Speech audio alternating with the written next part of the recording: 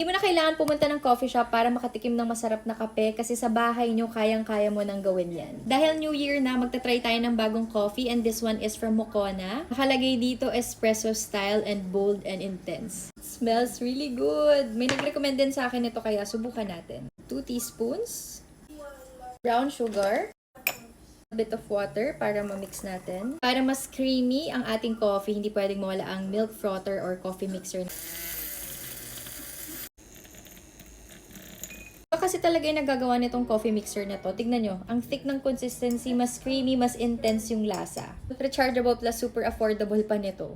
Siyempre, iced coffee ang gagawin natin. Any kind of fresh milk. Dalgona effect ang ating coffee for today. Cheers!